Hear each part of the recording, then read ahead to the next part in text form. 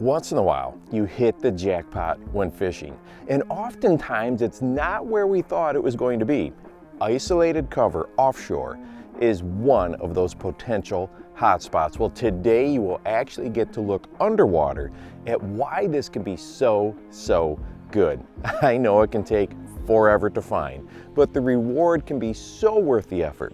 And as you can see on this offshore spot, there are a lot of fish here in a very small area. This is footage I took a couple of summers ago while on a trip up north. We are going to go over some key things to notice here in a minute. But first, it's important to note that so many times when we are thinking about offshore structure, one of the areas often listed are flats, like these perfect examples right here. And I'll be honest, in years past, I spent way more time fishing ditches, channel swings, ledges, humps, etc., and I tried to avoid flats. But one of the keys we are going to go over today with this perfect example underwater is lone structure, or a large single piece of cover on a flat or relatively featureless part of the lake. And that is exactly what we have here. If you've seen my video from a couple of years ago, or maybe you've noticed it in this video footage already, this is a boat slip that is in the middle of this lake, dumped over on its side. Now, I don't know how it got here, but it is way offshore and not around anything else, making it that ideal lone piece of cover in a featureless area we were just talking about. Now, instead of something unusual like this old slip, you may find a huge boulder, a big tree, a sunken boat, or basically anything that sticks out of a featureless lake bed has the potential to be a fish magnet like this. Now, the next thing I want you to notice are the vast number of edges here. Wildlife love edges to travel along. The bass here are all over this thing. Edges abound. Now, after observing this footage for a minute, you also may have noticed that the bass are primarily using the top third of this old boat slip. There are freshwater drum hanging out lower, but the bass and a huge school of panfish are all near the top part of it. And that is another important factor to consider.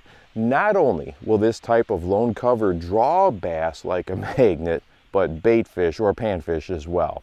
The amount of bait on this slip is staggering. And of course, the number of bass on here is impressive. They are nearly impossible to count since they're moving around all the time, but there are a bunch of them. If you are lucky enough to find a piece of isolated cover well offshore like this, how you fish it or approach it can be an important part of how successful you are. Of course, my nightmare scenario is I cast in there and get stuck right away, cause a ruckus and turn the fish off before I even get started. So if I know I have something pinpointed like this, two of my favorites are either a weighted wacky rig or a drop shot. I can use a smaller weight that won't get wedged into the cracks and crevices as easily, and I'll try to work the outside edges first and then move closer and closer to the middle. But most often when you find something like this, you'll get a bite on the first drop, and I did here.